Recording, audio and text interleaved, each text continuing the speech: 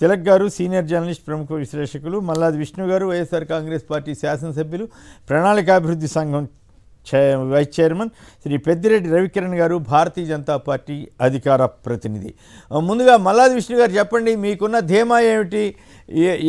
ఎలా ఈ ఓట్లు ఎక్కువ శాతం పోలయ్యాయి కాబట్టి మేము గెలుస్తాం, అది ప్రభుత్వ వ్యతిరేకత అంటూ తెలుగుదేశం పార్టీ వారు కానీ లేదా ఈనాడు, జ్యోతి వంటి వారు ప్రచారం చేస్తున్నారు. ఎంతో కొంత వాళ్ళలో ఆ ధీమా తగ్గినప్పటికి కూడా, సడలినట్లుగా వాళ్ళ వార్తల తీరు ఉన్నప్పటికి కూడా వాళ్ళు ఇప్పటికి కూడా అదే తరహా ప్రచారం చేస్తున్నారు కదా, మీ అభిప్రాయం ఏంటి?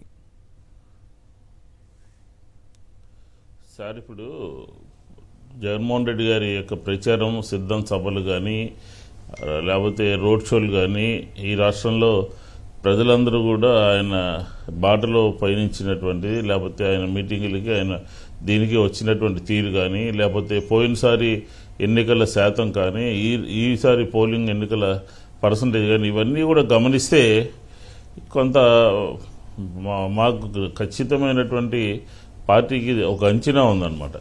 ఎందుకంటే ఇప్పుడు మా ప్రతిపక్షాలు మాకు ప్రత్యర్థి పార్టీలు మొత్తం దేశం నుంచి, అక్కడి నుంచి, ఇక్కడి నుంచి, అమెరికా నుంచి, హైదరాబాద్ నుంచి, ఆ ఊరు నుంచి, ఈ ఊరు నుంచి మొత్తం అంతా వచ్చి ఓటు వేశారు, అది ఇదని చెప్పని ఒక పోలింగ్ శాతం ఎక్కువ ఉంది కాబట్టి మాకే అనుకూలంగా ఉంటుందని చెప్పని వారందరూ కూడా భావించవచ్చు. కానీ వాస్తవం ఏంటంటే ఈ రాష్ట్రంలో ఉన్నటువంటి వైఎస్ఆర్ కాంగ్రెస్ పార్టీకి సంబంధించినటువంటి మద్దతుదారులు మొత్తం అన్నమాట, స్టార్ క్యాంపెయినర్లు అంటే సంక్షేమ కార్యక్రమాలు కానీ, లేకపోతే కొన్ని సామాజిక వర్గాలు కానీ, ప్రాంతాలకు ప్రాంతాలు, ఊళ్ళకు ఊళ్ళు ఖచ్చితంగా వచ్చి ఉదయం నుంచి ఓటేసి ఒక పాజిటివ్ ఓటు ఒక ప్రభుత్వానికి వేయాలి, ఒక లీడర్కి వేయాలి అని చెప్పని దాంతో వచ్చినటువంటి వాళ్ళు అనమాట.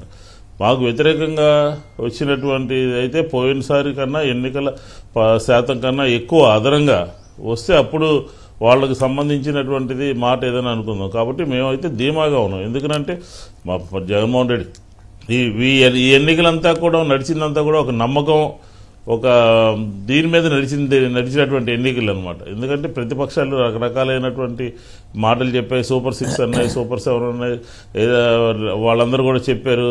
కాబట్టి అవన్నీ ఏం ప్రజలు పట్టించుకోలేదు.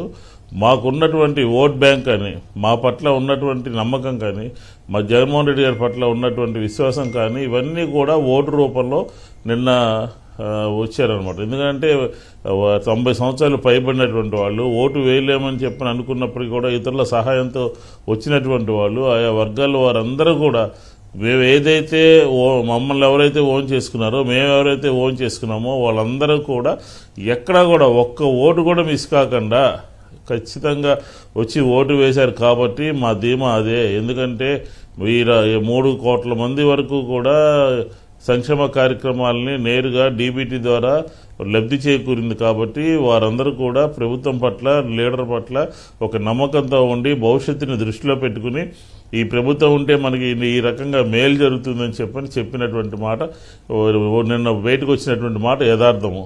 అందులో ఎటువంటి ఇది కూడా లేదు. అదే వైఎస్ఆర్ కాంగ్రెస్ పార్టీ ధీమా, అదే నమ్మకం అన్నమాట. కాబట్టి ఎందుకంటే నిన్నటి వరకు కూడా ఈ రాష్ట్రంలో ఉన్నటువంటి మీరు ప్రస్తావించినటువంటి పత్రికలు వాళ్ళ ఇష్టానుసారం, ఒక పద్ధతి లేదు, పాడు లేదు. జగన్మోహన్ రెడ్డి గారిని ప్రజల్లో నమ్మకం ఏదైతే నమ్మకం ఉందో ఆ నమ్మకాన్ని వమ్ము చేస్తూ ఆయన క్యారెక్టర్ మీద, ఆయన పనితీరు మీద, ఆయన ప్రభుత్వం మీద, ఆయన ప్రభుత్వంలో ఉన్నటువంటి వివిధ శాఖల మీద, పోటీ చేసేటటువంటి అభ్యర్థుల మీద ఎన్ని రకాలుగా రాయాలో, ఎన్ని రకాలుగా బురద జల్లాలో, ఎన్ని రకాలుగా ప్రజల్ని తప్పుదోవ పట్టించాలో అది మామూలు విషయం కాదనమాట.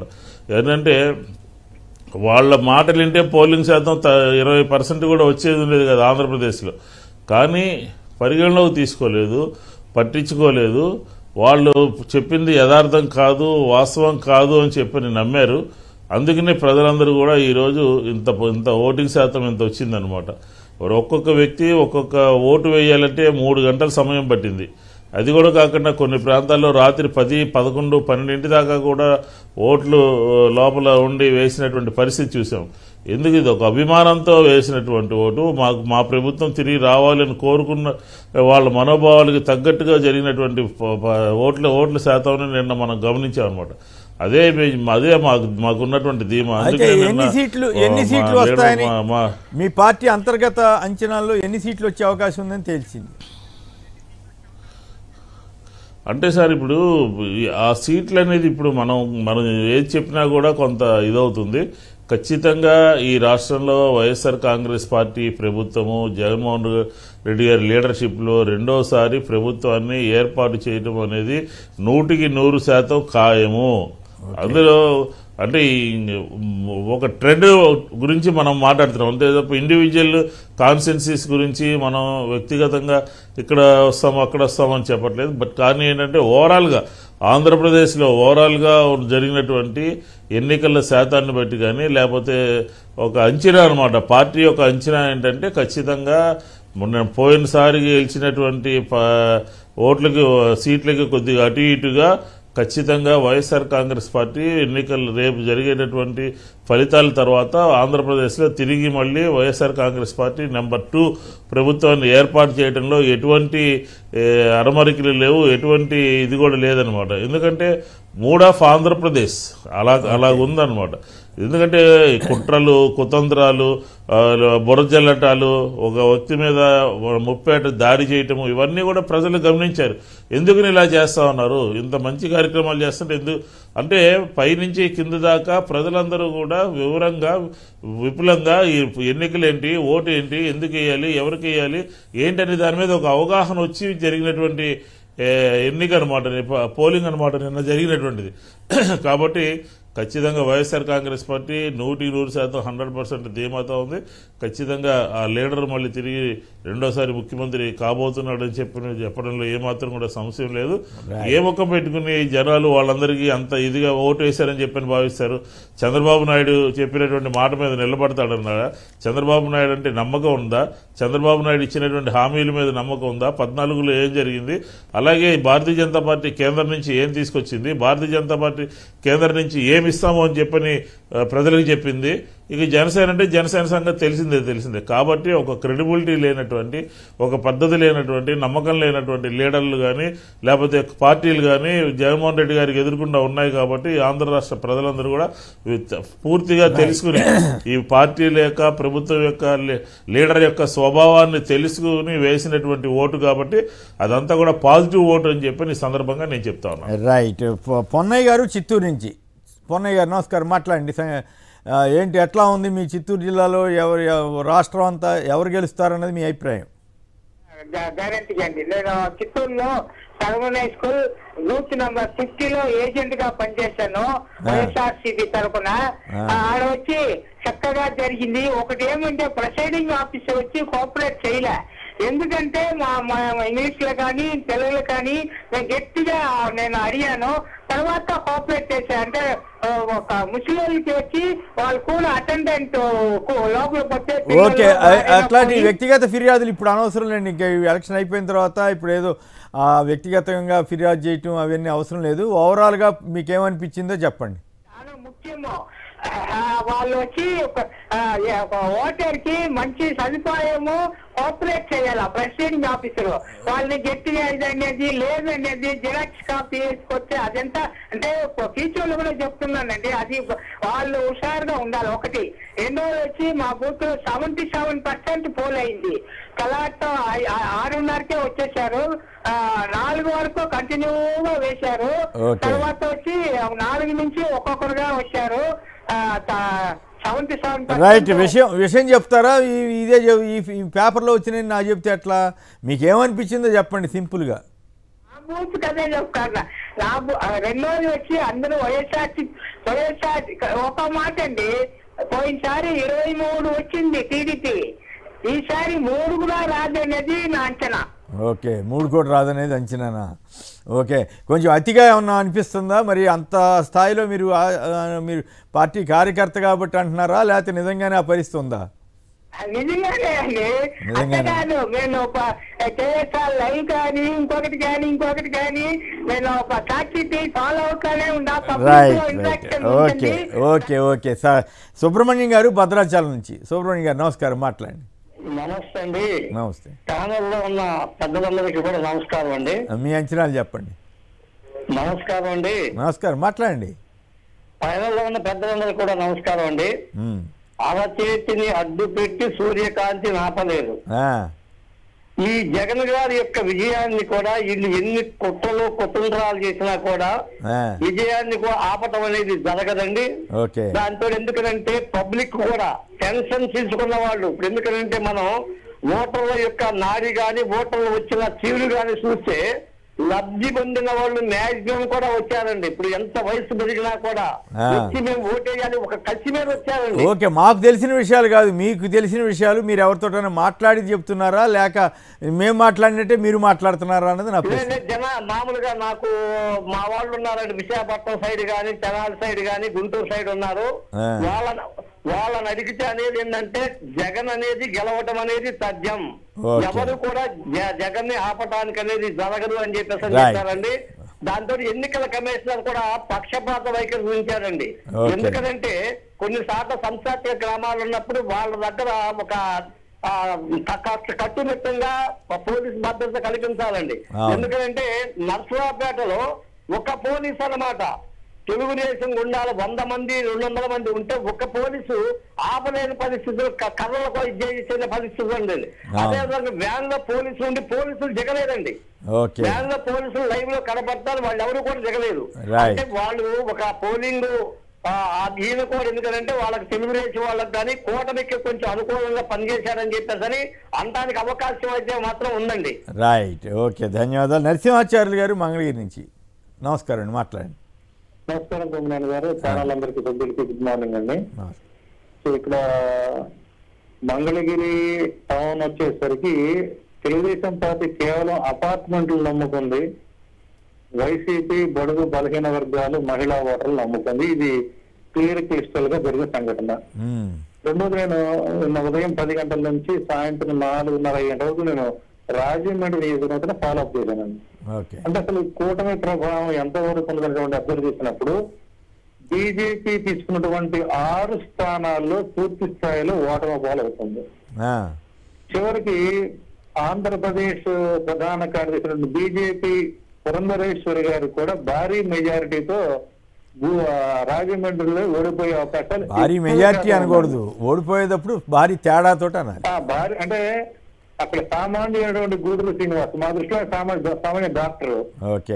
సో కానీ అక్కడ కూడా పూర్తి స్థాయిలో కూటమి ప్రభావం అనేటువంటిది ఆంధ్రప్రదేశ్ లో ఎక్కడా కూడా కనపడలేదు. స్పెసిఫిక్ ఇది చెప్పడం కోసం నేను లైవ్ లోకి వచ్చానండి. బీజేపీ పూర్తి స్థాయిలో ఆంధ్రప్రదేశ్ లో పురంధరేశ్వరి గారి రూపంలో మళ్ళా వెనకంజి వేసిందంటే నేను సందేహం లేదు. రాష్ట్ర వ్యాప్తంగా మీ అంచనా ఏంటి? రాష్ట్ర వ్యాప్తంగా అంచనా 110 నుంచి 121 వరకు ఉందండి. 25 వరకు ఉన్నాయా? 121, 25 మళ్ళీ 121. అదేం లెక్క? 121 ఏంటి? 121 వరకు అవకాశాలు బలంగా ఉన్నాయి. రైట్, ఓకే అండి, ధన్యవాదాలు. ఇక రవికిరణ్ గారు మీరు మాట్లాడండి, మీకేమనిపించింది, మీ అంచనాలు ఏంటి? పోలింగ్ శాతం సరళిని బట్టి కానీ ఇతరత్ర కానీ ఓవరాల్గా ఇవాళ కాస్త ఈనాడు ఆంధ్రజ్యోతి కొంచెం తగ్గుముఖం పట్టినట్టు రాసినట్లు అనిపిస్తూ ఉంది, వాళ్ళలో అంత ధీమా కనిపించినట్లు అనిపించడం లేదు, మీరేమంటారు? కేసీఆర్ గారు, ముందుగా మీకు తోటి ప్యానలిస్ట్ కి సాక్షి టీవీ వీక్షకులందరికీ శుభోదయం అండి. చాలా సంతోషం అండి. నిన్నటితో మన ఉభయ తెలుగు రాష్ట్రాల్లో ప్రజాస్వామ్య పండుగ చక్కగా పూర్తయింది. అంటే ప్రజలందరిలో ఒక హుషారు. ఉదయం 6 గంటల నుంచే మనం హుషారు చూసాం, రాత్రి 10 గంటల వరకు కూడా అన్ని వర్గాలు, వృద్ధులు కావచ్చు, మహిళలు కావచ్చు, పెద్ద ఎత్తున యువత కూడా, అలాగే వివిధ ప్రాంతాలు, రాష్ట్రంలో వివిధ ప్రాంతాల నుంచి అటు ఇటు వెళ్ళటమే కాదు, పక్క రాష్ట్రాల నుంచి కూడా రావటం కూడా, పెద్ద ఎత్తున బళ్ళు కార్లు వేసుకురావటం కూడా మనం చూసాం. సో ఒక ప్రజాస్వామ్యవాదిగా ప్రజలందరూ చైతన్యవంతమై, నేను కూడా 4 గంటల పాటు క్యూలో ఉన్నాను కేసీఆర్ గారు. 4 గంటల పాటు అంటే అంత పట్టింది. ప్రతి ఒక్కరూ యాక్టివ్ గా పాల్గొన్నారు. సో ఇది ప్రజాస్వామ్యవాదులుగా మనందరం హర్షించవలసిన విషయం. ఈ సందర్భంగా ఈ ప్రక్రియలో పాల్గొన్న ఓటర్లందరికీ, సిబ్బందికి, ఆర్మ్డ్ ఫోర్సెస్ కి, అందరికీ, ఎలక్షన్ కమిషనర్ అందరికీ నా తరఫున, పార్టీ తరఫున అభినందనలు, శుభాకాంక్షలు.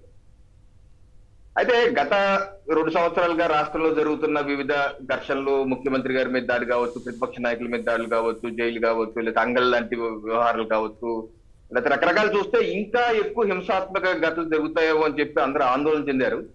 ఓ రకంగా ఇవి కూడా జరగకూడదు, ఈ హింసాత్మక జరగకుండా ఉండాల్సింది.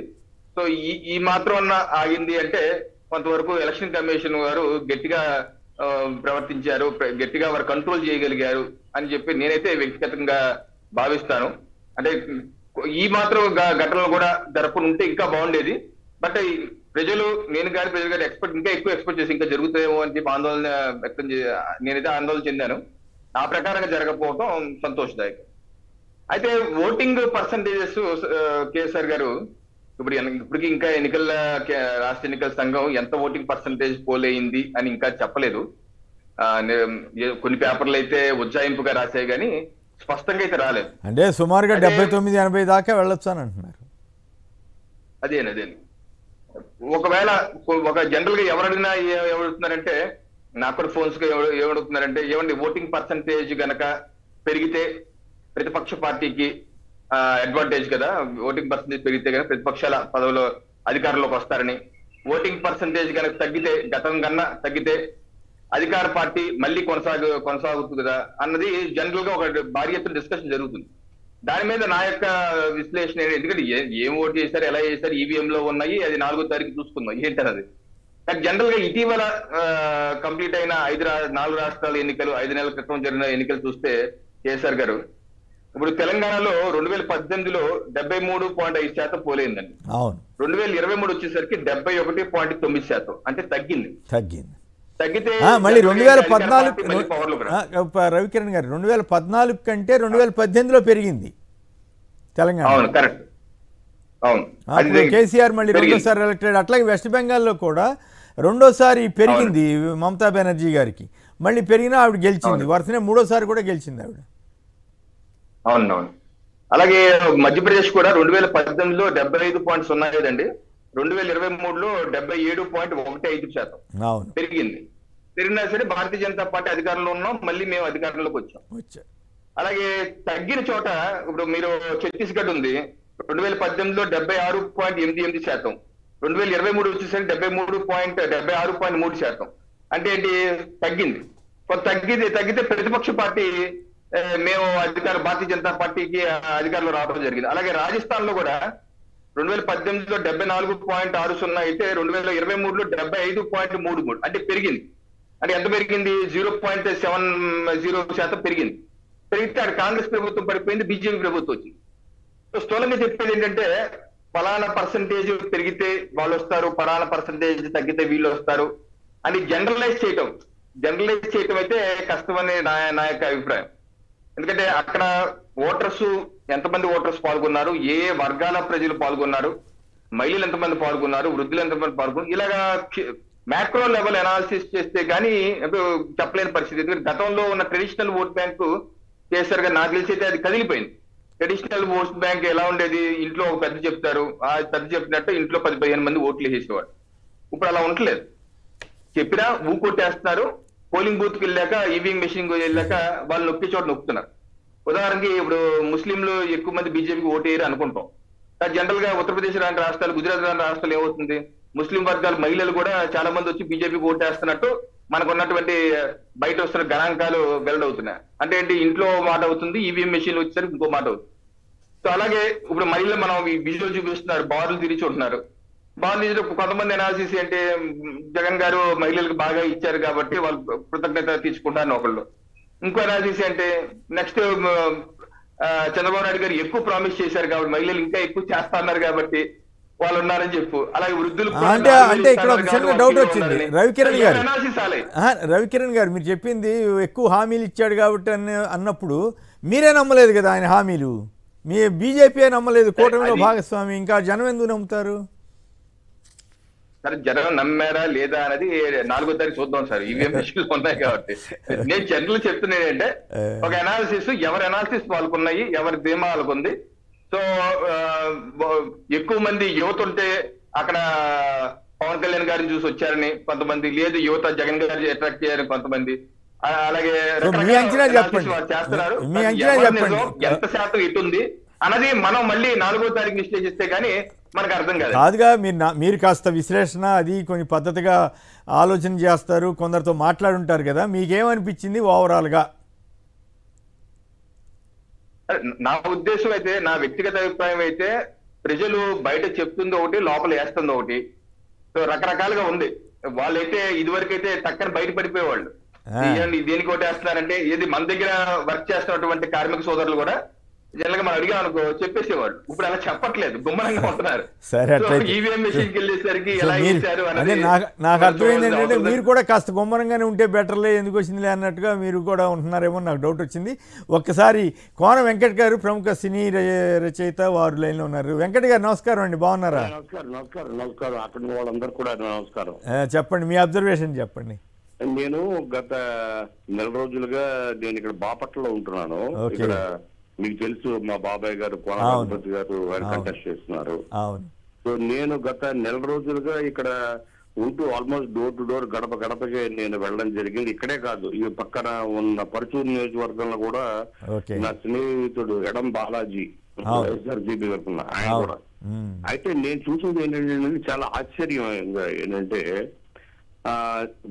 ఈ పాంప్లెట్స్ కొన్ని తయారు చేసాం. జగన్ గారి ఫోటో, అలాగే నందిగారి సురేష్ గారిది, అలాగే మా బాబాయ్ రఘుపతి గారిది, అలాగే జగన్మోహన్ రెడ్డి గారు ఇచ్చిన ఇప్పుడు పథకాలు మనకు ఇవ్వబోయే రేపిది ఇస్తుంటే ప్రతి ఇంటికి వాళ్ళు ఆ పాంప్లెట్లు తీసుకున్న పెద్దవాళ్ళు, ముఖ్యంగా ఆడవాళ్ళు అందులో పెద్దవాళ్ళు తీసుకుని కళ్ళగద్దుకుంటున్నారు. నేను ఆశ్చర్యపోయా, ఏంటిది ఆ కళ్ళగద్దుకుంటున్నారు వాళ్ళు. దాన్ని అది ఒక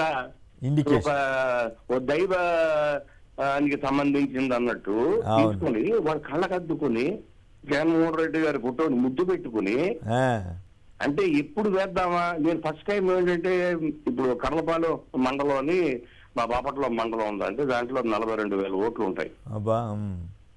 ఆ మండలంలో 20 పంచాయతీలు ఉంటే 20 పంచాయతీల్లో తెల్లవారుజాము నుంచి క్యూస్ 90+% అండి పోలింగ్. 90, 92, 95. అంటే ఇంత భారీ ఎత్తున వాళ్ళు ఎందుకు ఎలా వచ్చారు, అసలు ఈ పర్సంటేజ్లు ఏంటి అంటే వాడు ఎప్పుడు రుణం తీర్చుకుందామా అన్నది నాకు కనిపించిందండి. అంటే మీరు పోలింగ్ అయిన తర్వాత జనంతో మాట్లాడే ప్రయత్నం చేశారు? పోలింగ్ అయ్యి అంతా తిరుగుతూ నేను వాళ్ళందరితో బాక్సులు సీల్ అయ్యి వాళ్ళందరూ ఊరు గ్రామం కూడా చివరి నిమిషాల వరకు కూడా ఏదన్నా కుట్రలు జరుగుతాయని ఏవో వచ్చాయి మెసేజ్లు. ఆ బాక్సులు పంపించేంత వరకు గ్రామం నిలబడిందండి మహిళలు. ముఖ్యంగా మహిళలకి వాళ్ళకి ఏమొచ్చిందంటే నేను సాయంత్రం 4:30 టైంలో ఇక ఓడిపోతున్నామన్న భయంతో వాళ్ళు ఏమన్నా చేయొచ్చు ప్రతిపక్షం, జాగ్రత్తగా ఉండాలి అని ఎవరో వాట్సాప్ లో పెట్టారు మెసేజ్ గ్రూప్స్ లో. దాంతో అందరూ అలర్ట్ అయిపోయారు. దాంతో ఆడవాళ్ళు అందరూ కూడా వాళ్ళు అలర్ట్ అయిపోయి వాళ్ళ బూట్ల దగ్గరకు వచ్చేసి 7, 8 తర్వాత వాళ్ళు సీల్ అయ్యి బాక్సులు పంపించేంత వరకు, అంటే మనం పెళ్లి చేసి ఆడపిల్లలు పుట్టింటికి నుంచి పంపిస్తాం కదా, ఆ రకంగా ఉంచారు. ఆ రకంగా అంత జాగ్రత్తగా భద్రతగా. సో నాకేమనిపించిందంటే మనం పోయినసారి 2019 ఎలక్షన్ లో కూడా నేను ఇక్కడే ఉన్నాను. అప్పుడు యాంటీ ఇన్కంబెన్సీ ఎప్పుడు ఈయన తెచ్చుకున్నావా అనే ఒక మూడ్ కనిపించింది. ఈసారి ఎప్పుడు రుణం తీర్చుకుందామా మనకు చేసిన దానికి. ఓవరాల్ గా నా అబ్జర్వేషన్ ఏంటండి, ప్రభుత్వం తాలూకా పథకాలు అలాగే ప్రతిపక్షాల తాలూకా పన్నాగాలు ఈ రెండు కలిపి గెలిపించినట్టే. ఎన్నో వస్తాయనుకుంటున్నారు? గెలిపించినట్టే. ఎందుకంటే ఇప్పుడు ఆ పింఛన్ల విషయంలో గాని అన్ని విషయాల ప్రతి అడుగున అడ్డుపడుతూ ఆయన ఏం మేలు చేయాలనుకున్నా వాళ్ళకి చేరలేకుండా చేస్తున్నాడు. వీళ్ళందరూ కలిసి మాకు ఆయన మేలు చేసుకుంటే అని అవ్వాతాతల దగ్గర నుంచి మహిళల దగ్గర నుంచి నిన్న మొన్న చేయూత కూడా వాళ్ళు రానికుండా చేశారు. ఈజీని కూడా వాడుకున్నారు. ఇది బాగా బలంగా వెళ్ళిపోయి దాని రిజల్ట్ ఇంత పెద్ద టర్న్ అవుట్ అండి. మీకేమనిపించింది ఫైనల్ గా రిజల్ట్ ఎట్లా, ఎంత స్థాయిలో వస్తుంది అనుకుంటున్నారు? ఏం కదా అంటే ఇప్పుడు 19కి ఇప్పటికి నా అబ్జర్వేషన్ ప్రకారం ఈవెన్ 151 సీట్స్ అది అసలు అదొక ఇది. అయితే ఇప్పుడు ఏంటంటే వాళ్ళు అందరూ కూడా కూటమి అయిపోయేటప్పటికి అప్పుడు ఏంటంటే కొంత ఓటు డివైడ్ అయిపోయింది బాగా. ఇప్పుడు అది పోలరైజ్ అవ్వడం వల్ల కొంత తగ్గుతుంది, డెఫినెట్ గా తగ్గుతుంది. 120+ అన్నది అసలు కళ్ళు మూసుకునేయండి, కళ్ళు మూసుకుని కళ్ళు మూసుకు అసలు దాంట్లో డౌట్ లేదు. జగన్మోహన్ రెడ్డి గారు మళ్ళీ ఇంకొకసారి జగన్మోహన్ రెడ్డి నేను అని జూన్ 4వ తారీఖున ప్రమాణ స్వీకారం చేయబోతున్నారు. దీంట్లో ఎటువంటి ఇది లేదు. ఈ లోపల ఎంతమంది ఎన్ని రకాలుగా వాళ్ళ విశ్లేషణలు ఇచ్చినా నేను గ్రౌండ్ రియాలిటీలో ఎండలో మాడుతూ గత నెల రోజులుగా తిరిగి నా కళ్ళతో చూసి కొన్నిసార్లు కళ్ళు చెమర్చి ఏంటి రియాక్షన్ ఇంత మీద అసలు ముసలి వాళ్ళు అంటే 70-80 ఏళ్ళు పైబడిన వృద్ధులు. విష్ణు గారు మీరేమైనా మాట్లాడతారా కోన వెంకట గారితో? విష్ణు గారు చూశాను వెంకట్ గారు. నమస్తే సార్. వెంకట్ గారు ఆ నియోజకవర్గంలో పర్యటిస్తా ఉన్నారు. ఈ మధ్య ఒక హాస్పిటల్కి కూడా పోయి ఒక సెల్ఫీ పెట్టారు, అది కూడా చూసాం. చిన్నపిల్లలకు సంబంధించినటువంటి స్కూల్ కూడా వెళ్ళి మనం చేసినటువంటి పనుల్ని ఆయన ప్రొజెక్ట్ చేశారు. బట్ కానీ ఆయన అభిప్రాయాలతో నేను కూడా ఏకీపిస్తున్నాను. ఎందుకంటే అంత బలంగా ఉన్నది కాబట్టి, అంత బలంగా ఓటు వేయాలని చెప్పని ప్రజలు భావిస్తున్నారు కాబట్టి మనకు అంత రెస్పాన్స్ కనపడతా ఉంది. అది ఆయన చెప్పిందంతా కూడా ఫ్యాక్ట్. ఆ యాంగిల్లోనే ఆ కోణంలోనే ఎన్నికలు జరిగినాయి, పోలింగ్ జరిగింది కాబట్టి. రవికిరణ్ గారు మీరేమంటారు? కోన వెంకట గారి అబ్జర్వేషన్ తోటి ఏకీపిస్తారా లేదా? ఆయన చూపిస్తారు సార్ పాపం. ఆయన ఇబ్బంది పెడతారు పాపం. అంతేనా? లేదు రవికిరణ్ గారు కొంత ఇండిపెండెంట్ గా ఉండే మనిషి. లేదు రవికిరణ్ గారు కొంత ఇండిపెండెంట్ గా ఉండే మనిషి. అదే నేను డిబేట్స్ లో రెగ్యులర్ గా అబ్జర్వ్ చేసే కొద్ది ఒక మంచి భక్తుల్లో రవికిరణ్ గారు. ఆయన చాలా రెగ్యులర్ మాట్లాడతారు. He is very logical person. Logical గా మాట్లాడతారు. కరెక్ట్. వెరీ లాజికల్ గా మాట్లాడతారు. దయచేసి ఆయన ఇబ్బంది పెట్టదు. తిలక్ గారు మీరేమంటారు? వెంకట గారితో మీరేమైనా మాట్లాడతారా? తిలక్ గారు మీట్లో ఉన్నట్టున్నారు. నమస్కారం శ్రీనివాస్ గారు. నమస్కారం. వెంకట గారితో మాట్లాడండి, తర్వాత మళ్ళీ మీరు మీ విశ్లేషణ చెబుతారు. కానీ వెంకట గారి అభిప్రాయాలు ఏ రకంగా ఉన్నాయి? మీరేమన్నా ఆయన అడుగుతారా కోన వెంకట గారితో? వెంకట గారు నమస్కారం. ఇప్పుడు అక్కడ లోకల్ గా ప్రభుత్వం యాంటీ ఇన్కంబెన్స్ అనేది ఒక పక్కన పెడితే అక్కడ మీ బాబాయ్ గారి మీద ఏమైనా వ్యతిరేకత ఉందా? దాన్ని ఎలా బయటపడ్డారు అది తెలుసుకోవాలనుకుంటున్నాను. వెంకట్ గారు మాట్లాడండి. మీ బాబాయ్ గారి మీద ఏమన్నా వ్యతిరేకత కనిపించిందా? దాన్ని ఎట్లా అధిగమించారు? ఎందుకంటే over a period of time ఎమ్మెల్యేగా ఉన్నారు కాబట్టి ఆ పరిస్థితి ఏమైనా ఉందా అని తిలక్ గారు అడుగుతున్నారు. లేదండి, ఇప్పుడు మా తాతగారు ఇక్కడ 3 times ఎమ్మెల్యే చేశారండి. ప్రభాకర్ రావు గారు మహారాష్ట్ర గవర్నర్ ఇవన్నీ చేశారు, మనకి ఆర్థిక శాఖ మంత్రి చేశారు. 3 times హ్యాట్రిక్ చేశారు. ఇప్పుడు మా బాబాయ్ రఘుపతి గారు కూడా హ్యాట్రిక్ కొట్టబోతున్నారు. 2 సార్లు ఆల్రెడీ 14, 19, ఇప్పుడు మళ్ళీ 24. సో తండ్రి బాటలో ఈ నడుస్తూ ముఖ్యంగా ఏంటంటే బాపట్ల జిల్లా చేసుకున్నాడు ఈయన. అందుకోసం వచ్చే రాజకీయాలకి అది మా తాతగారి కోరిక. ఆ ఆశయాన్ని ఇచ్చేయడం కోసం ఈ రాజకీయాల్లోకి వచ్చి బాపట్ల జిల్లా సాధించాడు. బాపట్ల జిల్లా అయింది, బాపట్ల జిల్లా కేంద్రం అయింది. ఇది బాగా పాజిటివ్. అందుకని ఇప్పుడు నేను గత 1 month ఎన్నో పోస్టులు పెట్టా. విష్ణు గారు చెప్పారు కదా, ఇక్కడ ఉన్న హాస్పిటల్స్ కానీ, స్కూల్స్ కానీ, రోడ్స్ కానీ ప్రతి 2-3 రోజులు, అలాగే జగనన్న కాలనీస్ పెట్టారండి. వీటి సర్ప్రైజ్డ్. అక్కడ ఏంటంటే మన హైదరాబాద్ చుట్టుపక్కల ఉన్న విల్లా వెంచర్స్ లాగా ఉంటుంది. కూడా పెట్టాను నేను ట్విట్టర్ లో, కూడా పెట్టాను. అంటే అభివృద్ధిని పైకి కనపడలేయకుండా, అంటే ఒక నెగటివ్ ప్రచారం తోటి దాన్ని తప్పేస్తున్నారు. పైన ప్రయత్నం చేశారు. అవును, వాళ్ళకి కనపడకూడదు, ప్రజలకి కనపడకూడదు, మంచి కనపడకూడదు, వినపడకూడదు. అవును. ఫైనల్ గా మాట చెప్పండి, ఇవాళ ఈనాడు ఆంధ్రజ్యోతిలో కొంచెం స్వరం తగ్గించినట్టుగా అనిపించిందా మీరు గమనించి ఉంటే? నేను చూడలేదు ఇంకా. నేను సరే అట్లయితే, ఎందుకంటే మీ సలహా ఇచ్చారు ఎప్పుడో నాకు ఆరోగ్యం. కరెక్ట్ మీరు చూడద్దు అని. అవును, నిజంగానే ఇప్పుడుకైనా మారితే మంచిది. మనకేముంది, ఏ పేపర్ అయినా ఏ టీవీ అయినా మనకేం పరిగెట్టుకుని చెప్పమంటున్నాను. నేనేమంటున్నాను, మీరు వైసీపీకి ఫేవర్ గా చెప్పద్దు, అట్లీస్ట్ నిజాలు రాయండి. అంతే. ఇప్పుడు ఇప్పుడు ఆ చిన్నపిల్లల వార్డు చూస్తే అపోలో కూడా నేను అలాంటి వార్డు చూడలేదండి. చిన్నపిల్లలకి అక్కడ ఒక ఐసీయూ కట్టారండి గవర్నమెంట్ ప్రభుత్వ ఆసుపత్రిలో బాపట్లలో. అవును, చిన్న పిల్లల కోసం న్యూ బోర్న్ బేబీస్ కి ఐసీయూ. కరెక్ట్. అవును, అయినా కూడా విపరీతమైన విద్వేష ప్రచారం చేశారు, అబద్ధాలు ప్రచారం చేశారు. ఫస్ట్ టైము ఈ స్థాయిలో అబద్ధాలు ప్రచారం చేయడం అయితే మొదటిసారిగా మనం చూసాం. రామోజీరావు గారు ఈసారి భ్రష్టు పట్టినట్లుగా బహుశా ఎప్పుడు భ్రష్టు పట్టి ఉండకపోవచ్చు. అందుకని చెప్పాను కదా శ్రీనివాసరావు గారు, ప్రభుత్వం చేసిన మంచి పని అంటే పథకాలు, ప్రతిపక్షాల పన్నాగాలు రెండు కలిపి మళ్ళీ జగన్మోహన్ రెడ్డి గారు ఇంకొకసారి సీఎం చేయబోతున్నాయి, ప్రభుత్వం తీసుకురాబోతున్నాయి పార్టీని. ఎట్లాగండి, ధన్యవాదాలండి వెంకట్ గారు. తిలక్ గారు చెప్పండి, మీ విశ్లేషణ ఏమిటి? పోలింగ్ శాతం కానీ, పోలింగ్ పెరగటం మీద కానీ, ప్రభుత్వ వ్యతిరేకత లేదా ప్రభుత్వ సానుకూలత? మామూలుగా అయితే చంద్రబాబు నాయుడు గారు ప్రెస్ కాన్ఫరెన్స్ పెట్టి మరీ రెచ్చిపోయి వెళ్ళేవాళ్ళు, కానీ వాళ్ళ నిన్న మాట్లాడకపోవటం, పెద్దగా ఊరికే ఒక మాట ఏదో అనేసి వెళ్ళిపోవటం. సో ఓవరాల్గా ఎవరి శిబిరంలో ఎంత విశ్వాసం వ్యక్తమవుతోంది? ఒకటి శ్రీనివాస్ గారు, జగన్ గారు ఒక మాట అన్నారు, పేదలకు పెత్తందారులకు ఇది యుద్ధం లాంటిదని. అది ఎన్నికల ఫలితాల సంగతి అలా పక్కన పెడితే పోలింగ్కి మాత్రం పేదలు వెలుగులా వచ్చారు.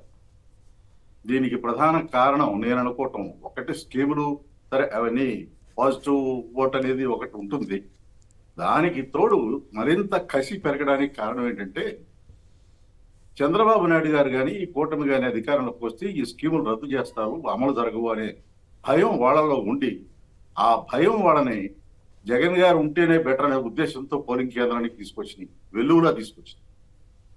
అది ఊహించని విధంగా తెల్లవారుజాము నుంచే అసలు పోలింగ్ సెంటర్లో ఓటింగ్ ప్రారంభం అవడం 7 గంటలకు ప్రారంభం అవుతుందంటే 6:30కి వచ్చి కూర్చోవడం. అది మహిళలు, వృద్ధులు పెన్షన్ తీసుకోవడానికి సచివాలయానికి వెళ్ళాలంటే ఇబ్బంది పడిన వృద్ధులు కూడా పని కట్టుకుని సహాయకులను తీసుకుని వీల్ చైర్లో కూర్చుని పంతం కొద్దీ పట్టుబట్టి పోలింగ్ కేంద్రానికి వచ్చి ఓటేశారు. ఇవన్నీ కూడా జగన్ గారు ఉంటేనే బెటరు, కూటమి కనుక వస్తే మా స్కీములన్నీ రద్దవుతాయనే భయం వాళ్ళలో ఉండడం మాత్రమే కారణం అని నేను అనుకుంటున్నాను. ఇకపోతే ఈ గెలుపోటములకు సంబంధించి చూడాలంటే ఇప్పుడు ఈ వృద్ధులు కానీ ఈ మహిళలు కానీ ఇంత పెద్ద ఎత్తున రావడానికి చంద్రబాబు నాయుడు గారి ఇచ్చిన హామీలు నమ్మారని అనుకోవటానికి ఎక్కడ ఆస్కారం లేదు. మార్చి చివరి వారంలోనే ఏబిఎన్ ఆంధ్రజ్యోతి డిబేట్ లో కూడా ఈ మాట చంద్రబాబు నాయుడు గారిని ప్రజలు నమ్మడం లేదని చెప్పారు. అందువల్ల ప్రజల ఒక నమ్మకం అనే విషయంలోనే ఈ ఎన్నికలు ప్రధానంగా జరిగినాయి. స్కీములు ఇవన్నీ కూడా ఉన్నప్పటికీ కూడా నమ్మకం, జగన్ గారు ఉంటే ఈ స్కీములు అమలు జరుగుతాడు, పేదలకి మేలు చేస్తారు అనే నమ్మకం మాత్రం బలీయంగా ఈ ప్రజల్లో ఏర్పడింది. బలహీన వర్గాలు, బీసీలు కానీ, ఎస్సీలు కానీ, క్రిస్టియన్స్ కానీ, మైనారిటీలు కానీ, మహిళలు కానీ, వృద్ధులు కానీ మూకముడిగా ఇది ఎక్కడ తేడా వచ్చిందంటే గ్రామీణ ప్రాంతాల్లో యువకులు కూడా జగన్ గారి పట్ల అభిమానంతో ఓటేశారు. అర్బన్ ఏరియాలో మాత్రం యువతలో కొంత తేడా ఉంది. ఇది అర్బన్ ఏరియా ఓటింగ్ చూసుకుని చంద్రబాబు నాయుడు గారు మేము గెలుస్తున్నామని అనుకుంటున్నారు ఆయన. అట్లాగే ఒక హాస్యాస్పదమైన వ్యాఖ్య కూడా ఒకటి తెలుగుదేశం వైపు నుంచి వచ్చింది, ముస్లింలు భారీ ఎత్తున తెలుగుదేశం చేశారట, అందువల్ల గెలుస్తున్నాం అనేది. ఇంతకంటే హాస్యాస్పదమైన వ్యాఖ్య మరి ఉండదు.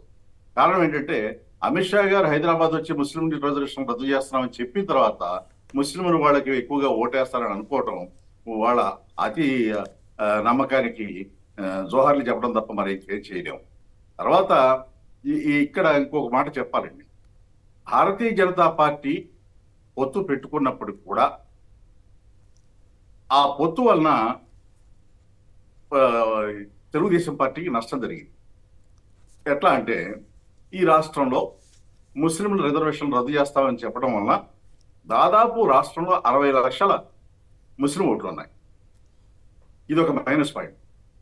అట్లాగే వృద్ధుల పెన్షన్లు ఆపు చేయడానికి చంద్రబాబు నాయుడు గారు చేసిన ప్రయత్నాల వలన 66 లక్షల పెన్షన్లో చాలా మంది మెజారిటీ చంద్రబాబు గారికి వ్యతిరేకమయ్యారు. ఇంక ఏ రకంగా అలాగే 31 లక్షల ఇళ్ల స్థలాలు పట్టాలు ఇస్తే వాళ్ళ ఇంటికి 3 వేసుకున్నా కానీ దాదాపు 1 కోటి ఓట్లు ఉంటాయి. వాళ్ళ మీద పిటిషన్లు వేసి ఈ 1100 దాకా 1100 వాళ్ళకి అసలు పట్టం అడ్డుకోవడానికి ప్రయత్నం చేశారు. ఇవన్నీ కూడా చంద్రబాబు నాయుడు గారికి ఈ రకంగా చూసినప్పుడు 2 కోట్ల పైగా ఓటర్లు వ్యతిరేకం చేసుకుని ఏ రకంగా గెలుస్తామని అనుకుంటారు? ఆయన నెగిటివ్ ప్రచారం, నెగిటివ్ మైండ్ తో ఆయన బయలుదేరారు. ఎక్కడక్కడ పాజిటివ్ ప్రచారంతో బయలుదేరలేదు. చివరికి వచ్చేటప్పటికి ఆయన మేనిఫెస్టో మీద ఆయనకే నమ్మకం లేక పూర్తిగా ప్రభుత్వ వ్యతిరేక, జగన్ గారి వ్యతిరేకత మీద ఆధారపడి ప్రచారం చేశారు. అది ల్యాండ్ టైటిలింగ్ యాక్ట్ గురించి ఆయన విస్తృతంగా ప్రచారం చేశారు. ఈనాడు కూడా దాని గురించి పెద్ద ఎత్తున ప్రచారం చేసింది. కానీ ప్రజలు దాన్ని పట్టించుకోలేదు. ఈ రకంగా చూసినప్పుడు సగానికి 4 కోట్ల చిల్లర ఓటర్లు ఉన్నప్పుడు రాష్ట్రంలో 2 కోట్లకు పైగా ఓటర్లని ఆయన వ్యతిరేకం చేసుకుని ఏం సాధిద్దామని అనుకున్నారా ఆయన తెలియదు. ఈ రిజల్ట్ లో అదే ప్రతిఫలిస్తుందని నేను అనుకుంటున్నాను. అయితే ఓవరాల్ గా ఎన్ని సీట్లు వచ్చే అవకాశం ఉందని మీరు అనుకుంటున్నారు? నాకున్న సమాచారం ప్రకారం జిల్లాల వారీగా నేను సేకరించిన సమాచారం ప్రకారం 115 నుంచి 130 వరకు వచ్చే అవకాశం ఉందండి. ఆ పైన తప్ప తగ్గదు అనేది నా అభిప్రాయం. సో మొత్తం జిల్లాల్లో మీ ఫ్రెండ్స్ కానీ మీ నెట్వర్క్ ద్వారా కూడా మీరు సంపాదించారా సమాచారం? అవునండి. ఓకే. నాగార్జున గారు ఒక మాట చెప్తున్నాను, చెప్పండి. ఈసారి జరిగేది ల్యాండ్ స్లైడ్ విక్టరీ అనేది ఒక అభిప్రాయం ఉంది. అవును, ఇంత పెద్ద ఎత్తున వచ్చారు కాబట్టి. అవును, ఆ ల్యాండ్ స్లైడ్ విక్టరీ అనేది వస్తే 150 సీట్లు దాటిపోతాయి. అవును, కరెక్ట్. ఆ వేవ్గా మారిపోద్ది కాబట్టి ఆటోమేటిక్గా.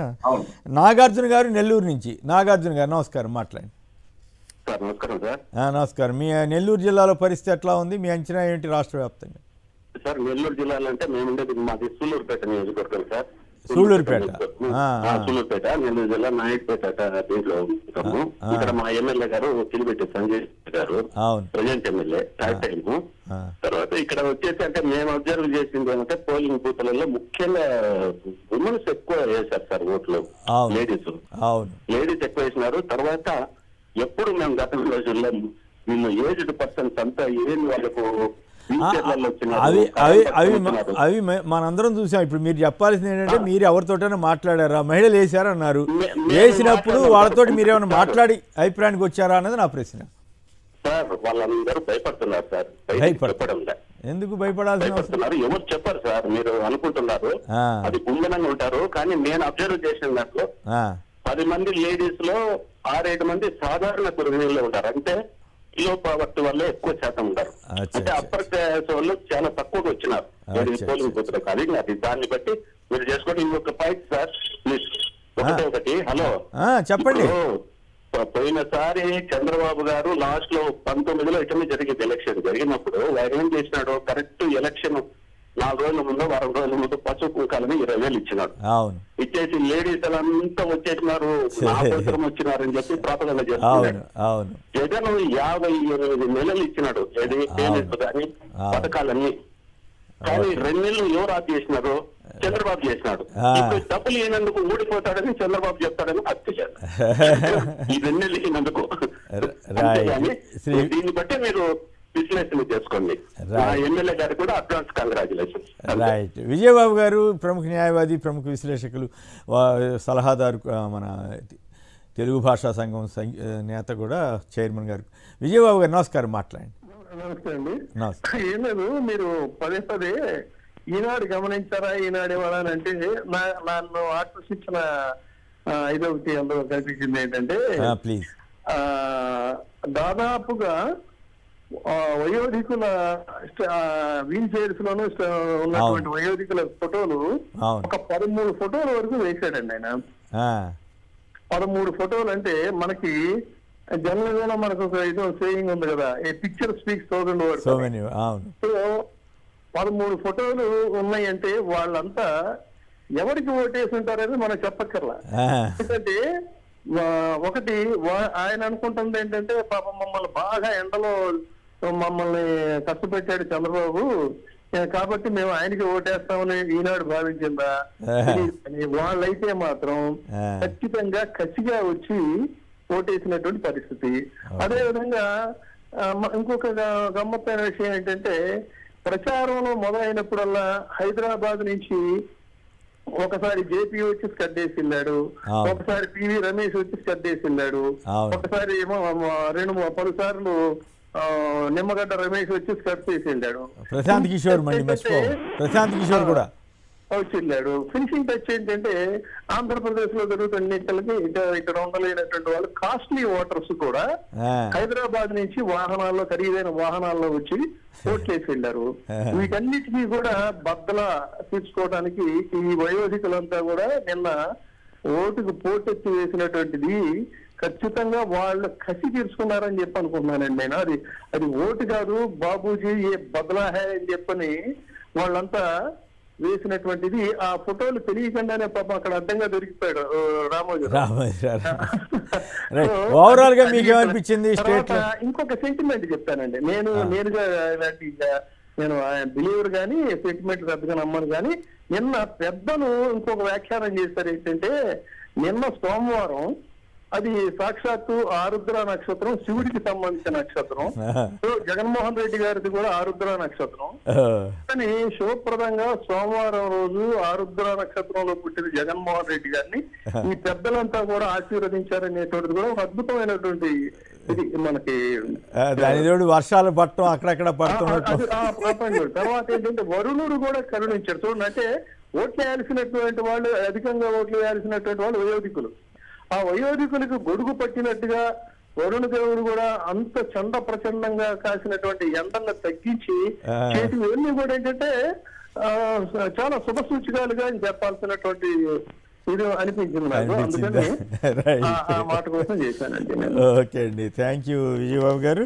సత్యనారాయణమూర్తి గారు అమలాపురం నుంచి. సత్యనారాయణమూర్తి గారు నమస్కారం, మాట్లాడండి. నమస్తే అండి. నమస్తే, మీ అంచనా చెప్పండి. పోలింగ్ పరిస్థితి చూస్తే వృద్ధులు, మహిళలు పోటీ పడి ఓట్లేశారండి. ఇదేంటి ల్యాండ్ టైటిలింగ్ యాక్ట్ ఏదో బూత్ చూపించి ఏదో గెలుద్దాం అనుకున్నారు కానీ అబద్ధాల ప్రచారం, ఆ బూత్లు ఏం పనిచేయలేదండి ప్రజల ముందు. అంతేనా? ఈ తర్వాత రాష్ట్రంలో ఎన్నికల ఫలితాలు ఎలా ఉన్నాయో మన బీజేపీ అధికార ప్రతినిధి గారు మొహం చూస్తేనే తెలుస్తుందండి. ఆయన మర్యాదస్తుడు, భలేవాళ్ళే మీరు. అట్లా అనకూడదు. అట్లా అంటే ఏమండి రవికిరణ్ గారు, మీరేంటి విచారంగా ఏమైనా కూర్చున్నారా? చాలా చాలా అండి, చాలా. ఎవరు విశ్లేషణ వారిదండి, మనం ఏం కాదంటాం. ఎవరి అభిప్రాయం స్వేచ్ఛ వారిది. సో వారి నా మొహల ఏడుపు మొహం కనిపిస్తుంది, కనపడేవండి, తప్పే ఉంది. అట్లా కాదుగా మీకు వచ్చేదే ఉంది, పోయేదే ఉంది. ఇప్పుడు మీరు పోటీ చేసింది అంతా కలిపి 10 సీట్లు, 6 ఎంపీ సీట్లు. దేశవ్యాప్తంగా రాదంటే మీరు బాధపడాలి, కానీ ఇక్కడ పెద్ద పోయేదే ఉంది, వచ్చేదే ఉంది అనేది నా పాయింట్. అది సత్యనారాయణమూర్తి గారు కంప్లీట్ ఫాలో అయ్యే వాళ్ళు మీరు ఎలా ఉంటారో తెలుసు. బీజేపీ వారు ఏదో డబుల్ ఇంజిన్ సర్కార్ అంటారు కదండి, వీళ్ళు డబుల్ ఇంజిన్ కాదండి, వాళ్ళు డబుల్ టంగ్ సర్కార్. డబుల్ టంగ్ సర్కార్ గా మారిపోయారా? చంద్రబాబు గారిని అనుసరిస్తున్నారు కదా, మరి ఏం చేద్దాం. అవునండి. మరి నాకైతే అన్నిటికీ మించి ఆశ్చర్యం ఏంటంటే మోడీ గారు అంటే నేను చాలా గౌరవించేవాడిని. ఆయన్ని టెర్రరిస్ట్ అన్నటువంటి వ్యక్తి దగ్గరికి వచ్చి పక్కన కూర్చోవటం, ఆయన ఇది డబ్బు అవినీతికి వ్యతిరేకం అంటే అవినీతి పరులందరినీ పక్కన కూర్చోబెట్టుకోవటం నాకైతే చాలా ఆశ్చర్యం అనిపించింది. మోడీ గారు కూడా మామూలు రాజకీయ నాయకుడే, ఆయన రాజనీతిజ్ఞుడు, స్టేట్స్మెన్ కాలేకపోయాడు అని ఎన్నిసార్లు గెలిచినా ప్రైమ్ మినిస్టర్గా ఆయన స్టేట్స్మెన్ కాలేకపోయాడు అనేటువంటి అభిప్రాయం అయితే నాకు కూడా కలిగింది. కరుడు కట్టిన టెర్రరిస్టు, ముస్లింలు మిమ్మల్ని బతకనివ్వడు, అసలు దేశంలోనే ఉంటానికి వీల్లేదు. అయ్యో, పెళ్ళాన్ని ఏలుకోలేని వాడు దేశాన్ని వెళ్తాడా? ఆయన అన్నప్పటికి కూడా వాళ్ళు ఏంటో మరి ఆత్మగౌరవం ఇట్లాంటివి ఉండవా ఏంటో మరి. మామూలు మనకే ఉంటాయి కాబోలు, పెద్ద పెద్ద రాజకీయ నాయకులకు ఉండవేమో. మరి వాళ్ళు వచ్చి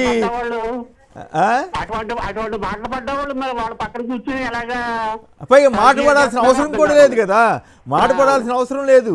ఎందుకు, ఆయన చాలా హై స్టేజ్లో ఉన్నాడు. ఆయన వచ్చి ఇట్లా దిగజారిపోవడం అనేది కాస్త అభిమానించే వాళ్ళందరికీ బాధ కలిగించిన విషయం. రవికిరణ్ గారు కూడా బాధపడే ఉంటారు కానీ బయట చెప్పలేని పరిస్థితి.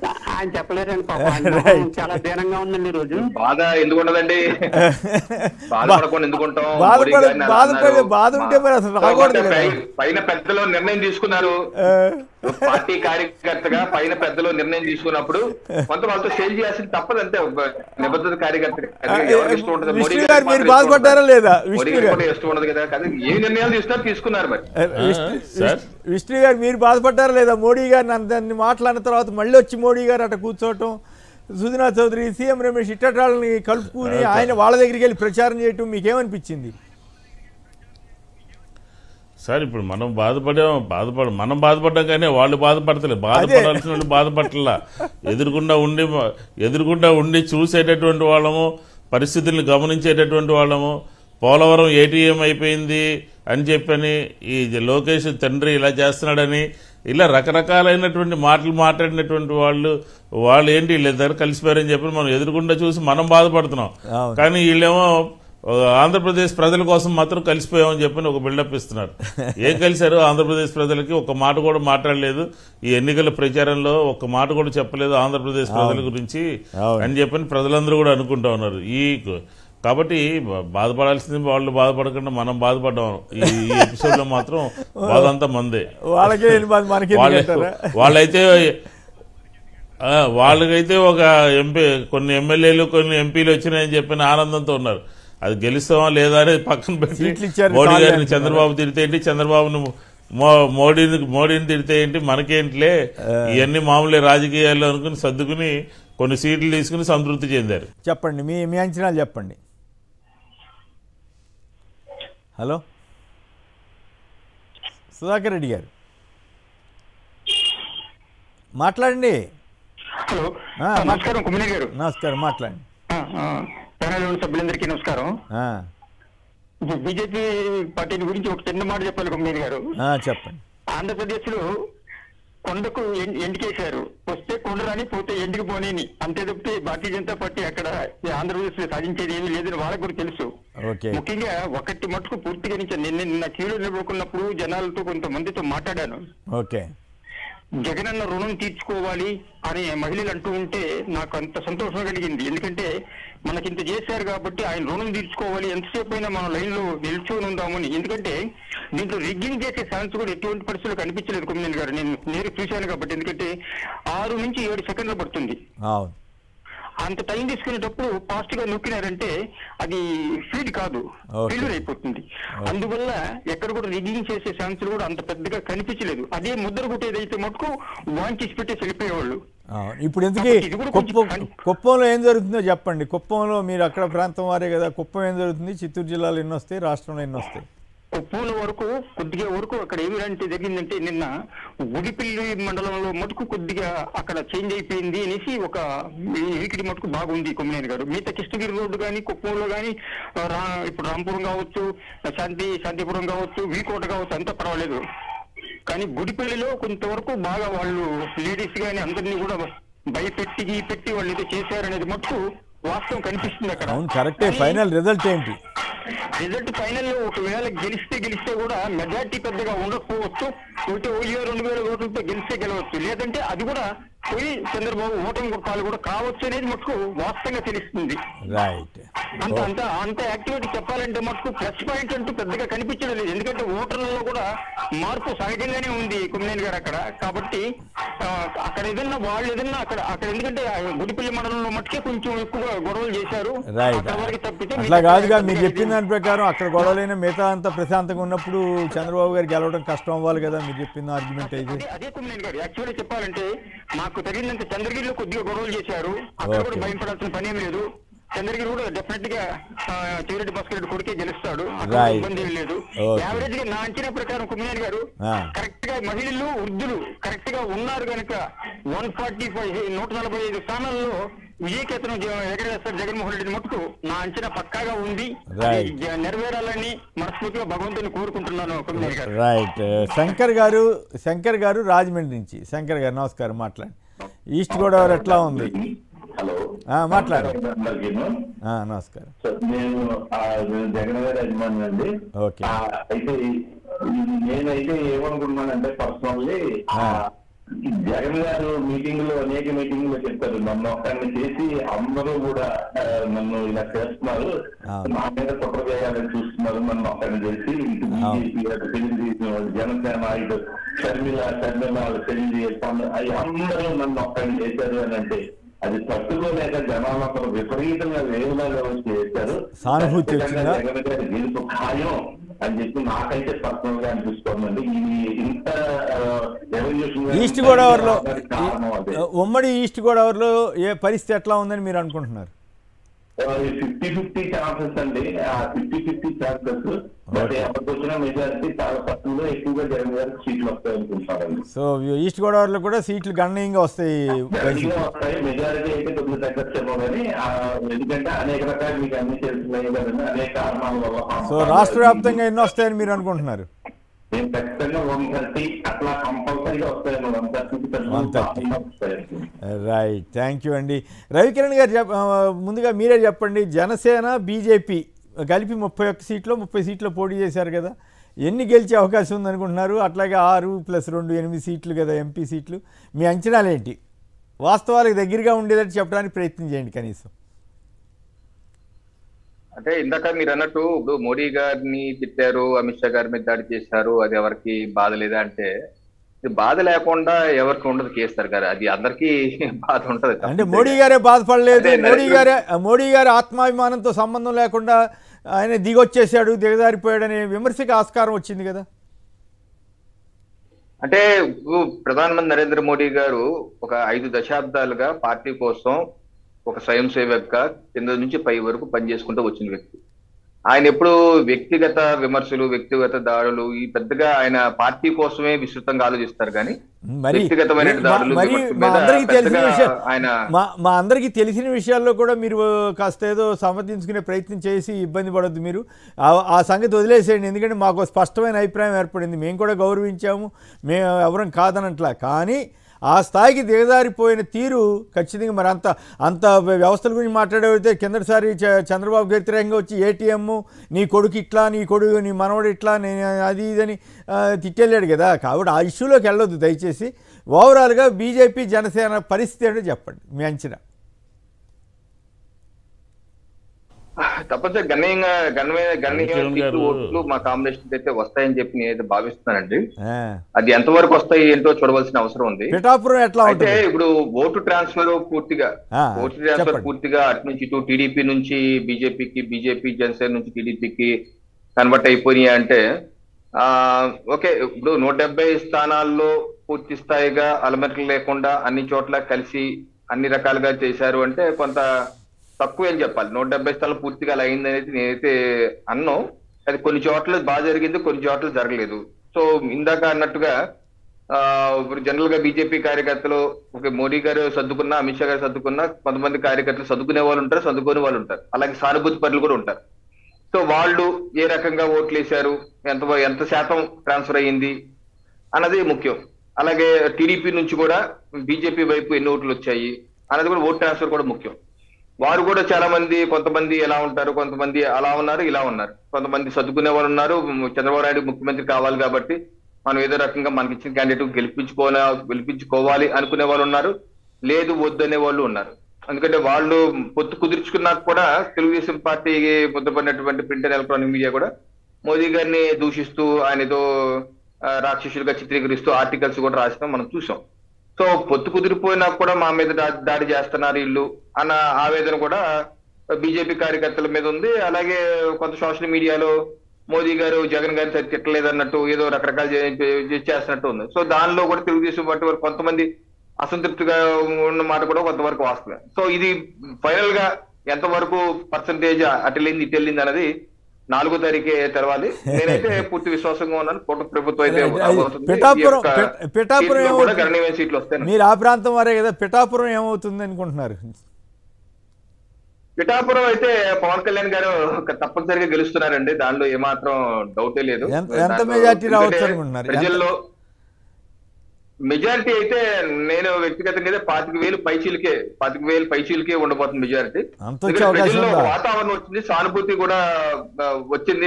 గతంలో 2 చోట్ల ఓడిపోయారు, ఇక్కడికి వచ్చారు. ఇక్కడికి వచ్చినప్పుడు మనం గెలిపించకపోతే ఎలాగనేది గ్రామీణ వాతావరణంలో పిఠాపురం కొంచెం విలక్షణమైనటువంటి నియోజకవర్గం. వాళ్ళు గతంలో కూడా 2-3 నాయకులు సానుభూతితో గెలిపించిన నాయకులు ఉన్నారు. ఇక్కడ సానుభూతే కాదు, పవన్ కళ్యాణ్ గారి మీద ఉన్నటువంటి ఆ స్టార్డమ్, ఆ వ్యక్తిని గెలిపించుకోవాలి, ఒక క్రేజు, ఆయన మీద నమ్మకం. సో వెరసి ఆయన విజయం అయితే నల్లేరు మీద నరకే అని నేనైతే భావిస్తున్నాను. రైట్. శ్రీధర్ రెడ్డి గారు కొల్లిపర్ర. శ్రీధర్ రెడ్డి గారు నమస్కారం, మాట్లాడి. సార్ నమస్తే సార్, శ్రీనివాస్ సార్. చెప్పండి, మీ అంచనా చెప్పండి. అక్కడ ప్యానల్ లో ఉన్న పెద్దలకి, మల్లాది విష్ణు గారికి నమస్కారం.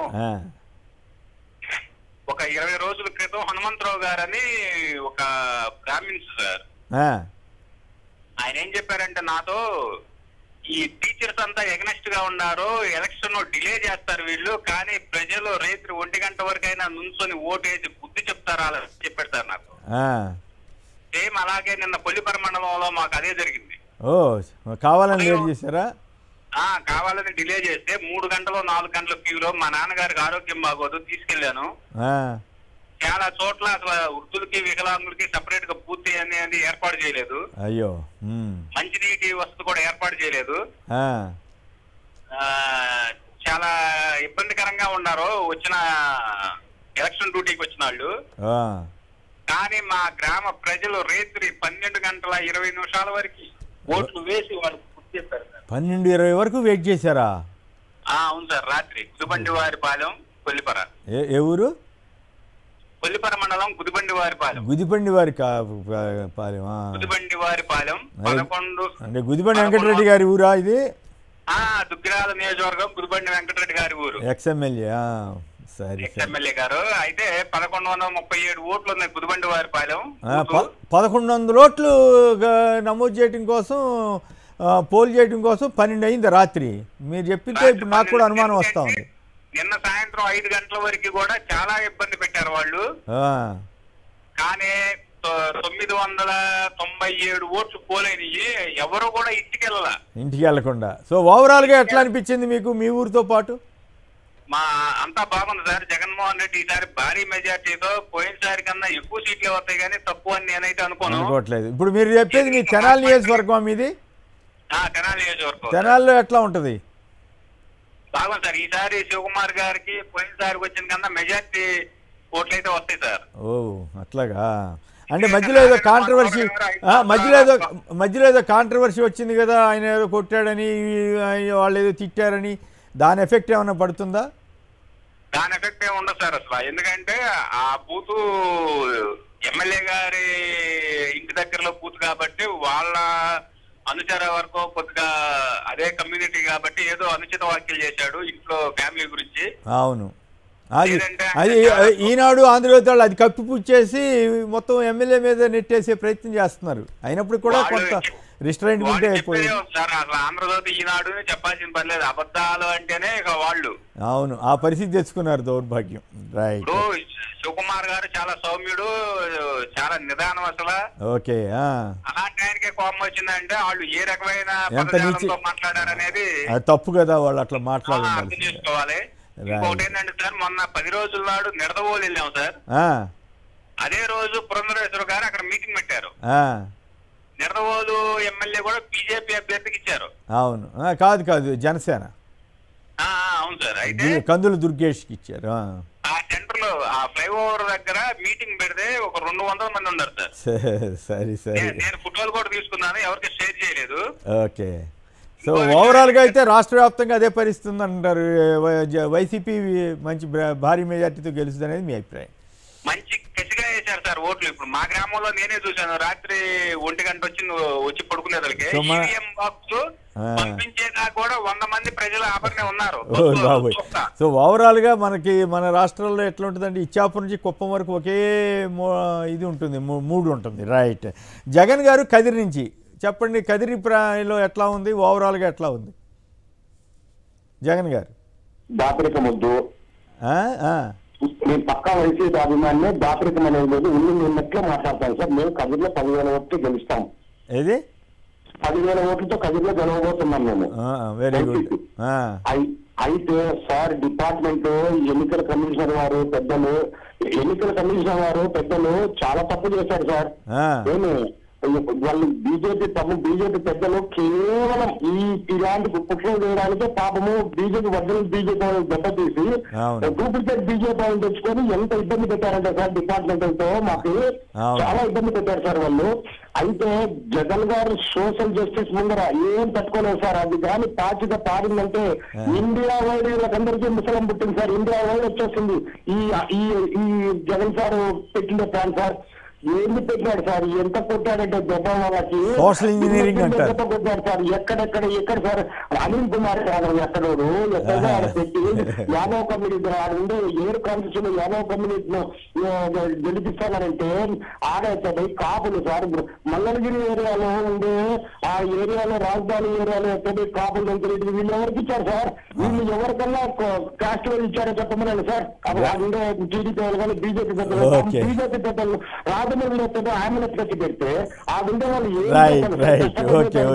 ఓవరాల్ గా ఎన్ని వస్తాయి అనుకుంటున్నారు రాష్ట్ర వ్యాప్తంగా? సార్ వీళ్ళు చేసిన పన్నాగాలను ఎన్ని బెదిసి కొట్టినా ఏమి 1-7 నాకు పక్కా సార్. 117 పక్కా వస్తాయి సార్. 117 జనాలు పబ్లిక్ లో కలిసి పెంచుకొని వీళ్ళ దెబ్బలు తగిలించుకొని కానీ సైలెంట్ గా వేసినట్టు. రైట్. హిందూపూర్ లో బాలకృష్ణ గారి పరిస్థితి ఏంటి సార్? మా సార్ అక్కడ కొంచెం సార్ మేమంటే ఓపెన్ గా మాట్లాడతాను, మీరేం చెడ్డగా అనుకోకండి. చెడ్డగా మాట్లాడమాకండి, ఓపెన్ గా మాట్లాడు. లేదు సార్ చెడ్డగా మాట్లాడండి. పరిపూర్ణానంద స్వామి గారు ఒక 5,000 ఓట్లు కానీ తీశారంటే బాలకృష్ణ గారు జై జై అని మన హైదరాబాద్ చేరుకోవచ్చు. అంతేనా? ఆయన చీలిక మీద ఆధారపడి ఉంటుంది అంటారు. ఓకే రైట్, ధన్యవాదాలు.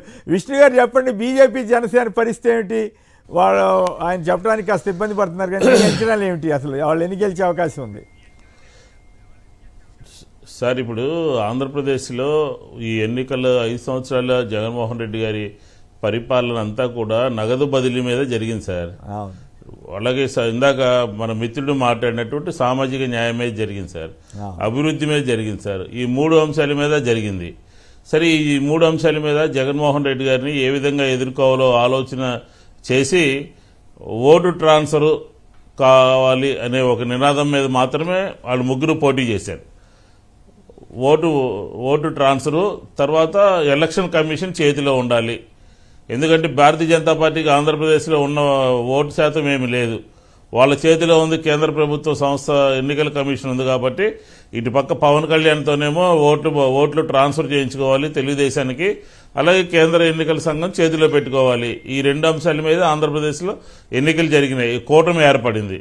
కానీ నగదు బదిలీ చేసినటువంటి ప్రభుత్వము, సామాజిక న్యాయం పాటించినటువంటి ప్రభుత్వము, అభివృద్ధి చేసినటువంటి ప్రభుత్వాన్ని తట్టుకోవాలని అంటే వీళ్ళు ముగ్గురు కూడా ఎలా తేలిపోయారనమాట. ఏ రకంగా అంటే ఓటు ట్రాన్స్ఫర్ కాలా. ఎందుకు కాలేదు అని అంటే ఇందాక భారతీయ జనతా పార్టీ లీడర్ కూడా అదే చెప్పారు, పూర్తి స్థాయిలో అవలా. మనకున్నటువంటి సమాచారం ఏంటంటే వాళ్ళు ముందే పోటీ రవికిరణ్ గారు చెప్పారు, వాళ్ళు మనకున్నటువంటి సమాచారం ఏంటంటే మనం గమనిస్తున్నటువంటి అంశం ఏంటంటే 31 చోట్ల పోటీ చేసిన చోట్లల్లా కూడా గందరగోళం అయిపోయింది. తెలుగుదేశం సీట్లు జనసేన సీట్లు తెలుగుదేశానికి, అవినిగడ్డలో జనసేనకి ఇవ్వాల్సిన సీటు కండువా కప్పి బుద్ధప్రసాద్ గారికి ఇచ్చారు.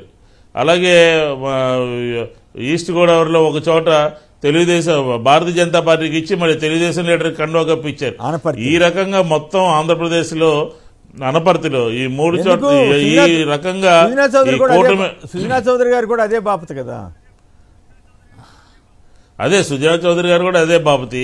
అక్కడ ఉన్నటువంటి బీసీ లీడర్ని మోసం చేసి సుజనా చౌదరి గారు తీసుకొచ్చారు.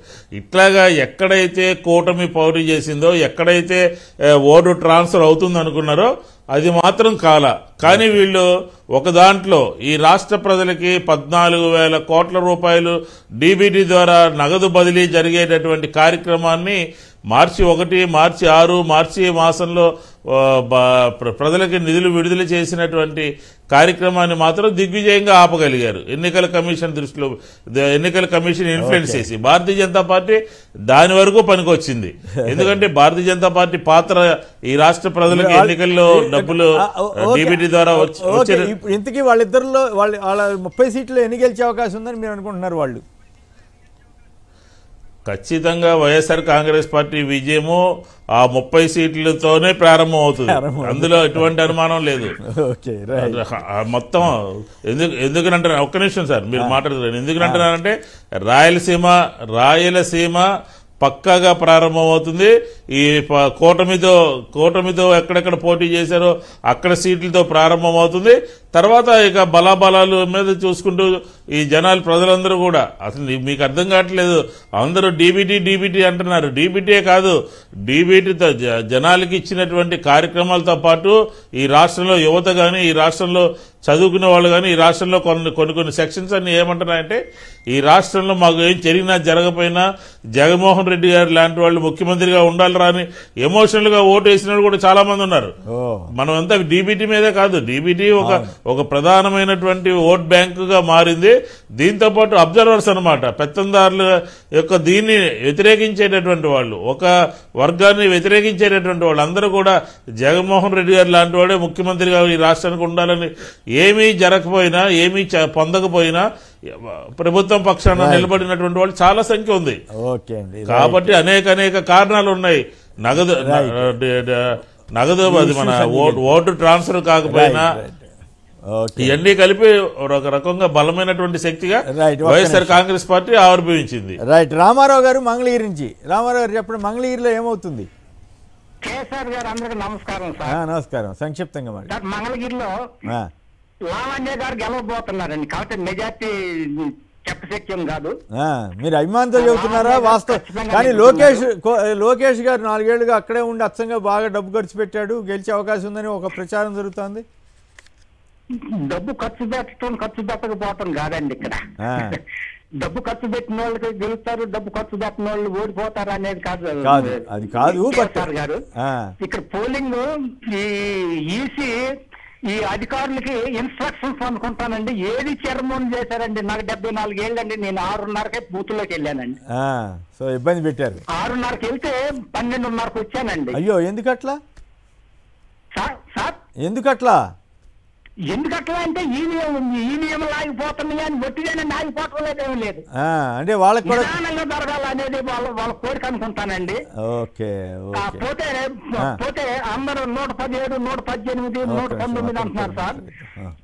ఇప్పుడు అదనంగా టెక్కలు రాబోతుందండి. అబ్బో, మీకేట తెలుసు? హిందూపూర్ రాబోతుంది, కుప్పం రాబోతుంది. 51, 151 ప్లస్ 3 అండి, 154 రాబోతున్నాయండి జగన్. ఓకే, ఫైనల్ గా తెలంగాణ చెప్పండి, బీజేపీ జనసేన పార్టీలు ఏమన్నా గెలిచే అవకాశం ఉందా లేదా? కొంచెం సంక్షిప్తంగా చెప్పండి, టైం అయిపోవచ్చు. నాకు తెలిసి బీజేపీ సీట్లు ఒక కైకలూరు మాత్రమేనండి. ఏదండి, ఏమంటారు వాళ్ళు అనుకుంటున్నది? ఏది? కైకలూరు బీజేపీకి వచ్చే అవకాశం ఉందని వాళ్ళు అనుకుంటున్నారా? ఖచ్చితంగా వస్తుందని అంచనా వేసుకుంటున్నారు. మరి విజయవాడ వెస్ట్ బాగా ఖర్చు పెట్టాడు సుజనా చౌదరి. విజయవాడ వెస్ట్ లో కులాల సమీకరణ చూసినప్పుడు ముస్లింలు, నగరాలు, తర్వాత క్రిస్టియన్స్, తర్వాత కాపులు, తర్వాత రెడ్డిస్, ఇంతమంది వ్యతిరేకంగా ఉన్నప్పుడు ఎట్లా వస్తాడండి? అంటే డబ్బు బాగా ఖర్చు పెట్టాడని అంటే గెలవాలి, డబ్బు కూడా పనిచేస్తే గెలవాలి. రెండోది చెప్తారు, బీజేపీకి సంబంధించి 3-4 అంశాలు చెప్తారు. టైం సంక్షిప్తంగా తక్కువ చెప్తారండి. ఒకటి, బీజేపీ తెలుగుదేశంతో పొత్తు పెట్టుకోవడం వలన గతంలో చంద్రబాబు నాయుడు గారిని విమర్శించారు. మోడీ గారిని తిట్టారనేది పక్కన పెట్టారు. చంద్రబాబు నాయుడు గారిని తీవ్రమైన ఆరోపణలు చేసి తెలుగుదేశంతో పొత్తు పెట్టుకోవడం వలన మోడీ గారి క్రెడిబిలిటీ దెబ్బతింది. రెండు, ఆయన తెలంగాణలో మాట్లాడుతూ కుటుంబ పార్టీలను ఓడించండి అన్నాడు. ఆంధ్రప్రదేశ్ లో కుటుంబ పార్టీలతో పొత్తు పెట్టు. 3, ఈ ఆర్థిక నేరస్తుల మీద మేము ఎట్టి పరిస్థితులు వదిలిపెట్టమని చెప్పి దేశవ్యాప్తంగా చెబుతున్నారు. ఆయన ఆంధ్రప్రదేశ్ లో ప్రచారానికి వచ్చింది సీఎం రమేష్ గారి కోసం సుజనా చౌదరి రాజమండ్రి ఒకటి పెట్టారు. తర్వాత గతంలో వీళ్ళ వ్యూహాలు ఏమిటి? ఆంధ్రప్రదేశ్ లో తెలుగుదేశం బలహీనపడాలి, ఆ ప్లేస్ లోకి బీజేపీ రావాలి, ప్రధాన ప్రతిపక్షం అవ్వాలని. ఇది ఇప్పుడు మారింది అనుకుంటున్నాను, అందుకే పొత్తు పెట్టుకున్నారని నాకున్న అవగాహన. ఏమిటంటే అది ఇప్పుడు తెలుగుదేశంతో ఎందుకు పొత్తు పెట్టుకున్నారంటే బుజ్జగించి బీజేపీలో విలీనం చేసుకోవాలి, చూద్దాం ఆ విధంగా తప్ప. ఎందుకంటే చంద్రబాబు నాయుడు గారికి ఎన్ని సీట్లు వచ్చినా కానీ ఆ పార్టీ నిలుస్తుందని నేను అనుకోను. 5 ఏళ్లు దూరంగా, అధికారానికి దూరంగా ఉన్న ఎమ్మెల్యేలు ఇంకో 5 ఏళ్లు దూరంగా ఉంటారని నేను అనుకోను. అట్లా బీజేపీ విలీనం చేయమని అడుగుతుంది లేదా అడిగి ఉంటుందో అది జరుగుతుంది. జనసేన ఎన్ని సీట్లు గెలిచే అవకాశం ఉంది? జనసేన ఒక మాటలో చెప్పండి. కొనతాల రామకృష్ణారావు ఒకటి చెబుతున్నారండి. అంతే. అంటే పవన్ కళ్యాణ్ గారు కూడా గెలవలేడా? పవన్ కళ్యాణ్ గారితో అటు ఇటుగా ఉందని 2 రకాలుగా చెప్తున్నారు. అంటే రవికిరణ్ గారు ఏకంగా 25,000 మెజార్టీ అన్నారు. అంచనాలు ఆశాభావం వ్యక్తం చేసే సీట్లు 4-5 ఉన్నాయి. ఓకే, ఖచ్చితంగా గెలిచేది మాత్రం కొనతాల రామకృష్ణ గారితో చెబుతున్నారు. రైట్. తిలక్ గారు, మల్లాది విష్ణు గారు, పెద్దిరెడ్డి రవికిరణ్ గారు పలువురు మాట్లాడారు. అందరికి కూడా ధన్యవాదాలు. ఇది నేటి వార్తా విశ్లేషణ కార్యక్రమం. నమస్కారం.